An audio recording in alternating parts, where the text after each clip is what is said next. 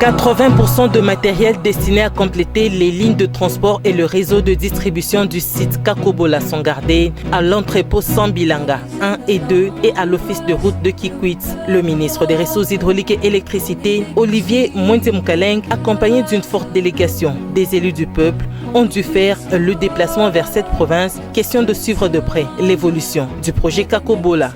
Comme vous voyez derrière nous, nous avons du matériel. Nous devons juste maintenant le transporter vers les différents postes. Nous sommes représentés ici avec les élus de Gungu, les élus d'Idiofa, pour dire à la population justement que nous allons porter ce projet de façon à ce que les lumières puissent s'allumer dans les différentes localités que j'ai citées. Dès que la route sera faite, nous pourrons évacuer progressivement le matériel de façon adéquate dans les différents centres. Les populations de Gungu, Idiofa, Kikwit et les alentours peuvent encore espérer. Leurs élus sont impliqués, corps et âme, dans cette cause. Lorsque nous avons constaté que les travaux de Kakobola ont trop duré, nous avons rencontré les ministres pour savoir si c'était le question. Et comme les ministres avaient mis au programme la visite de chantier de Kakobola, les matériels et tout ça, nous nous sommes dit en tant qu'élus du peuple, autant aller nous rendre compte nous-mêmes pour pouvoir voir ce qui cloche, en sorte qu'on puisse mutualiser nos forces, nos efforts, pour régler ces problèmes-là pour l'intérêt de la population.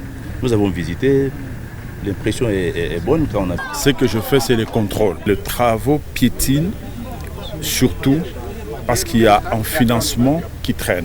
Là, nous en appelons au ministre des Finances, au ministre du Budget, de libérer la quote-part financière, n'est-ce pas, de l'État congolais pour que les travaux avancent et ça finisse, pour que, n'est-ce pas, notre population puisse être bénéficiaire du courant. Le projet Kakobola, cher au chef de l'État, Félix-Antoine Tshisekedi Tshilombo, sera fin prêt avant la fin de l'année en cours. Après la visite des dépôts de matériel, le ministre des Ressources hydrauliques et électricité, Olivier Mwende-Mkaleng, en ce jour de travail dans la province du Kwilu, toujours dans le cadre de suivi du projet Kakobola, a visité la sous-station de Kikwit en construction. Une sous-station qui dispose d'une capacité de 10 mégavolt-ampères. Nous avons aussi tenu à visiter la sous-station de Kikwit et on voit bien que les travaux sont en cours. Derrière moi, vous avez la structure de la sous-station. Ici, nous avons le bâtiment. Et donc, c'est dans le cadre du suivi des travaux que nous sommes ici. Et tout se passe plutôt bien. Nous discutons aujourd'hui avec le contractant pour accélérer les travaux. La pose des poteaux et des pylônes n'est pas inaperçue à travers la ville de Kikwit. Olivier Mwende-Mkaleng ainsi que le caucus des députés nationaux de cette province peuvent ainsi rassurer les populations d'Idiofa, de Gungu et de Kikwit de la fin imminente des travaux de construction du barrage de Kakobola. Nous avons eu une séance de travail à Kinshasa avec son Excellence, Monsieur le Ministre. Mais il ne fallait pas que ça s'arrête en virtuel. Nous avons tenu à accompagner le ministre pour que nous puissions nous-mêmes voir par nos propres yeux, pour que nous puissions confirmer à la population d'Idiofa qui à un moment était paniquée à cause d'une rumeur qui avait circulé que Idiofa n'allait plus être prise en charge. Mais maintenant, je confirme parce que moi-même j'ai vu et nous sommes en train de continuer et nous allons prendre ce projet à cœur. Juste après, le ministre des Ressources hydrauliques et électricité a visité la régie des eaux et la SNEL Kikwit. Contrairement à la SNEL, la régie des eaux fonctionne à plein régime. La problématique de manque d'approvisionnement en eau potable est quasi inexistante. Cette usine exploite 16 000 m3 d'eau potable par jour. Et par contre, au niveau de la SNEL Kikwit, le silence est total. Les machines thermiques ne fonctionnent que 3 jours sur 7. Le ministre Olivier Mwende s'en est rendu compte lors de son passage dans cette province. Les travaux qui consistent à compléter les lignes de transport et le réseau de distribution du projet Kakobola se poursuivent dans la province du Kwilu. Le ministre des Ressources hydrauliques et électricité a procédé à l'inspection de ces travaux le lundi 6 juin 2022. Dans sa suite, le caucus des députés du Kwilu, venu en mission de contrôle parlementaire au niveau du poste élévateur PK600 en construction, les lignes sont réparties vers Kikwit, Idiofa et Gungu.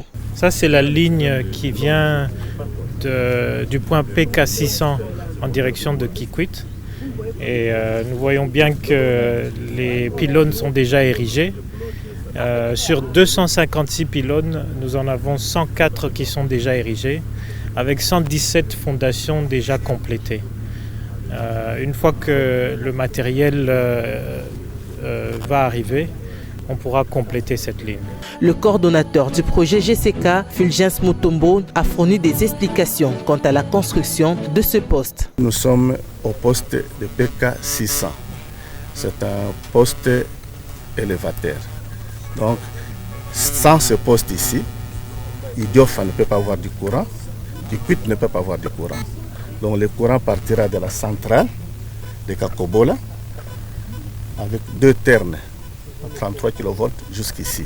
Donc c'est ça qu'on appelle les backbone, donc les pins dorsales de ce projet. Le patron de l'énergie s'est rendu compte de l'état de la route en asphalte et en terre battue, menant à Kakobola, qui se trouve être dans un état de délabrement très avancé. Difficile d'acheminer les matériels des lignes de transport et du réseau de distribution, d'où l'implication de l'office de route pour la réhabilitation de cette route secondaire afin d'accélérer les travaux.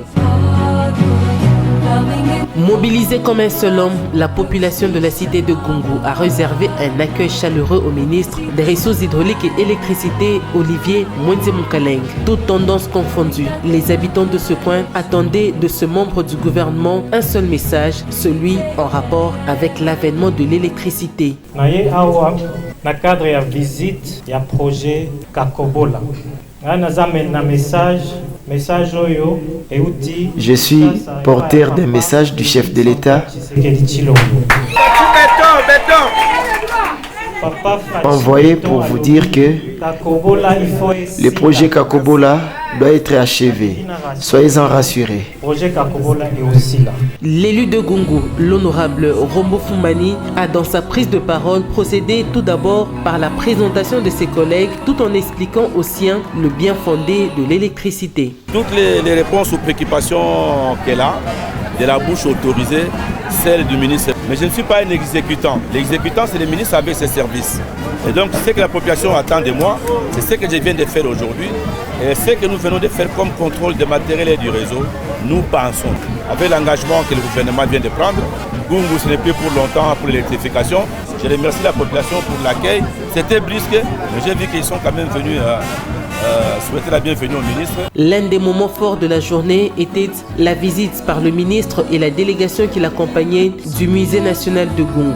Ce musée abritait d'importantes collections historiques africaines, en particulier des productions du peuple Pendé.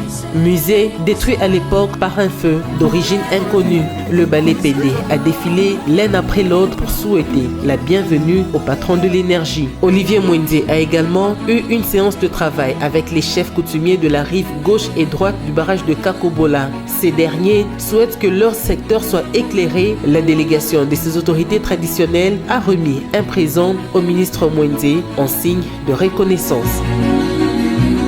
Achevés depuis 2016, les 10,5 MW du barrage de Kakobola ne peuvent pas être achevés vers les populations de Gungu, Idiofa, Kikwit et des villages avoisinants. Le ministre des Ressources hydrauliques et électricité, Olivier Mwenze Mukaleng, en visite officielle sur ce site, accompagné des élus du peuple du Grand Bandundu, a procédé au lancement des machines. Tout fonctionne correctement, a-t-il constaté. Dans le cadre de notre visite ici à Kakobola, ils sont venus avec moi pour se rendre compte de l'avancée des travaux. Nous avons procédé au lancement des machines. Ces machines qui ont été installées et cette centrale qui est prête depuis 2016 doit être maintenue parce que nous risquons de perdre certaines composantes des machines. Le ministre Mwenze a rassuré la population de ce coin de la ferme volonté du chef de l'État Félix-Antoine Tshisekedi Tshilombo de compléter les lignes de transport et le réseau de distribution pour terminer complètement ce projet. À la population du Kwilu, tout ce que à la population de Gungu, d'Idiofa, de Kikwit, d'Athènes, de Kitondolo, je leur dis que nous sommes à pied d'œuvre. Nous allons travailler d'arrache-pied pour que nous puissions compléter ces lignes. Nous avons vu le matériel. Une grande partie du matériel est présent. Nous avons vu que les travaux ont repris. Depuis 3 semaines, les élus du peuple sont là pour témoigner de cette reprise du travail. Encore une fois, je tiens à rassurer la population d'Idiofa qui semblait un tout petit peu de patience. Je sais que vous avez attendu très longtemps, mais aujourd'hui, Le chef de l'État, le gouvernement, les élus du peuple sont derrière ce projet. La lourdeur administrative ainsi que le dysfonctionnement au sein de certaines entreprises empêchent ce projet de se terminer rapidement, a dit l'élu de Bagata, honorable Jean Bosco Katouka. Son Excellence, Monsieur le ministre a dit, je prends personnellement l'aspect financier et les dysfonctionnements au niveau du gouvernement et des institutions qui doivent aider le projet à aller vite.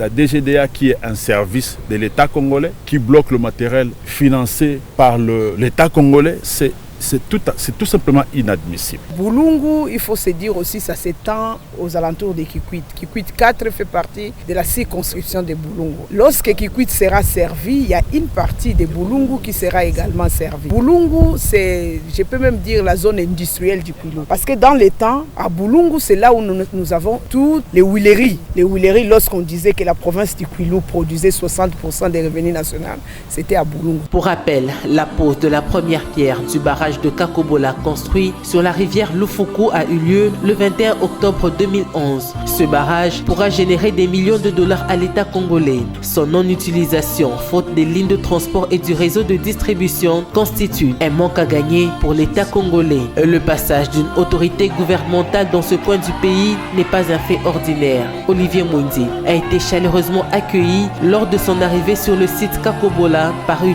foule en liesse.